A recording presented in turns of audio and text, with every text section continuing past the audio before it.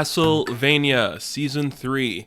Netflix has been doing something really good with this show, and I've actually had a good time watching it. This is the first season that has 10 episodes. I know because the first one was 4, the second one was 8. And just keeps getting progressively better and better to me in terms of storytelling, in terms of character-driven stuff, and in terms of stuff I want to see from this kind of show. I'm not a big fan of anime. I have said this in numerous places, and this is kind of like a pseudo mix of anime and modern American animation. Well, I say modern American. It's just your basic kind of animation mixed with the anime style, which I like and I'm okay with. I think it looks really good. I will say, though, about this season, I think more so than any other season, I've really felt the drag of what this show is. I love a good, slow, methodical burn. And I think this show is really good at doing that because it really just teases up the big event that's going to be in the penultimate episode or the final episode. And that's what this season and what's what this entire show has been. It's a lot of lead up to the final episode, and that's what I like from this show. I think there's been a lot more though of the just slow burn for this episode. There's a couple times in the middle I felt the lag, but it wasn't as intense as some other shows. You know, there are certain shows, Game of Thrones, where you can really feel the burn, or even Westworld. But when it's something like this, I think the animation lends itself to the slow, methodical burn, because there really isn't another animation show in like. Maybe not maybe an anime is like this, but there's no like American-made show in animation that's this kind of dialogue-heavy stuff. And I love dialogue. I love the heavy dialogue stuff of this show. I think it's some of the best stuff that we've seen this season. I can tell you right now, my two favorite moments of this entire season are just scenes of two characters talking, and I think it's really good. And we'll get into those in a sec there when we talk about. Whoops, I'm not used to the mic. I'll get into those when we talk about actual character moments. But no, this is a good season. You feel the slowness and the drag sometimes, but it picks itself up with a great penultimate episode and just a fun story overall. What is the aftermath of Dracula dying and these new... Well, Carmilla and her sisters are going to start a new war, and we're kind of leaning to that the whole episode, but then there's a side story, kind of the main story, with Trevor and Sypha, where they are figuring out what's going on in this weird town, and the judge of the town and this other weird magician guy are kind of involved in this conspiracy of a church. It's pretty interesting. I will say this, though. I think this more than any other of the seasons shows that Trevor and Sypha are kind of good side characters, because they did not get a lot of play in this season, which really kind of upsets me because you pitched it with Trevor and you pitched it with Sypha. They were your two leads the first two seasons, but they're kind of like pushed to the sidelines a bit maybe in the earlier bit of the season. I felt that a lot, and even Trevor calls it out in one of the episodes. He's like, when did we become, characters in somebody else's story? And then Sypha was like, well, this is all our story. It's all connected. But that was kind of cool. But no, you really just see it stops being less about Trevor and more about Isaac and Hector for a lot of it. And even Saint Germain has a lot of play here too, and more than Trevor sometimes, actually. And we'll get to that. What's this? The introduction of Hector and Isaac in the second season, I was okay with. I think those are two great characters with great, interesting personalities and tropes that you can add to this mythology, and I think they're very two different characters that work against each other in a beautiful way, and I loved everything that they've done.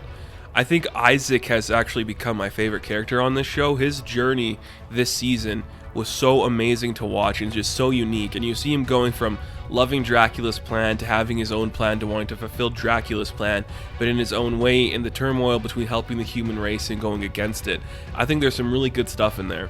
And like I said, my two favorite parts of this entire season come from dialogue scenes with Isaac. The first one is when he's talking to the captain of the ship he takes, and they're talking about the value of the human race, the value of life, what it means to be a good person, and to be your own person, which is a really beautiful scene. Was that Lance Reddick? Did somebody tell me if that was Lance Reddick, who was the captain? Because I thought it was him the whole time. I loved that scene, and it really showed you what Isaac can be as a character. And then the other scene with him I loved was when he's talking to his one demon, who was like the head demon, and he just, you know, what it means to him when his world betrayed him when he was human, and how he wants to be a devil now and go against, you know, sin and be sinful and all that stuff.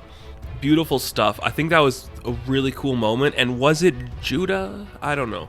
Or not Judah. It was Judah Ben-Hur. No, it wasn't. I mean Judas. Was that Judas? Were they saying that was Judas? I wasn't explicitly like thinking that, but if it was, I'm okay with that too. That's kind of a cool idea. So Isaac had a great story, and then on the opposite end of that was Hector, who had kind of a weird arc this entire season where he didn't really have an arc. He was in prison the entire time, and then one of the vampire sisters, Lenore, tries to like not seduce him, well, eventually, but it's just kind of like manipulate him to work for them. I will say though, I was really surprised in this entire season, just the sexual undertones that we're getting from all the characters. Like, it started with Sypha and just how much she was really liking being with Trevor, and even Trevor started to play that up a bit too. And then, you know, you got Alucard doing his weird thing with those were they twins, the weird Japanese twins who wanted to kill their vampire.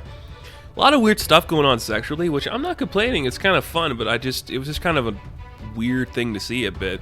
Which, you know what? It worked because it's that kind of show where you can go those mature routes, and I'm not going to complain, and I'm not going to feel like it's forced.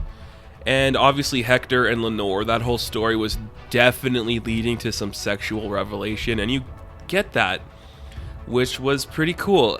Was this the first season that we see animated everything? Like all the sexy bits of men and women? Is this the first season we've seen that? I can't remember or recall a specific moment in the earlier seasons where we see like a penis, where we see breasts, where we see ass, all that. Have we seen those in previous seasons? Let me know. I just can't think of it. But man, that was weird. I will say one of the things that did disappoint me was the Trevor stuff, because I think he could have done more in terms of what the story needed him to do. But the scenes he had were great. He had some of the best kills of the night creatures, and I really liked it. I think this is a very solid season, and it probably is the best one just in terms of what I wanted and what I got from it. What I saw was amazing. What I wanted, I got, and it was just a really fun thing to throw out there while we get the next one. I hope we get another season of this. It did seem like a filler season where it's like, here's the story, but we're leading up to a bigger part of the story, and I thought that was pretty cool. The introduction of Saint Germain I thought was kind of weird, because he didn't really play into the main story. He had his own thing going on, so I think we're going to be seeing him again if we get a fourth season, which I'm okay with. I think his character was really interesting. He was different enough from our main cast where his presence didn't bother me, and I thought he was a really fun introduction.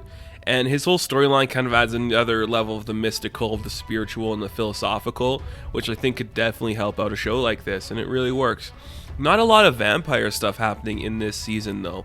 There's a lot with the night creatures, there is a lot with hell, but nothing specifically with the vampires. Of course, we got the 4 vampire sisters, Carmilla, Lenore, Strieger, and another one. They didn't really kill anybody, though. We didn't really see them kill anybody, but no, I mean, I wish there was more of the vampires. That could be something I wanted, but we get a lot more stuff with the night creatures, a lot more stuff with the magicians and the speakers and everything that's going to be playing into that. So it was just a really fun kind of a filler season, but it wasn't the bad kind of filler or something you've seen in other shows where they have to get a certain quota.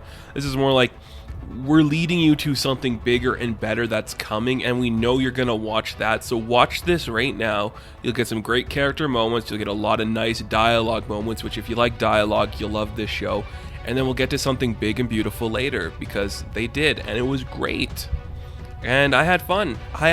Regardless of maybe some of my complaints, I think this was a solid season and one of the better ones. So that is going to do it for my review of Castlevania Season 3. Be sure to like the video and subscribe to my channel, and you can check me out on Patreon for more exclusive content, and I will catch you guys in the next video.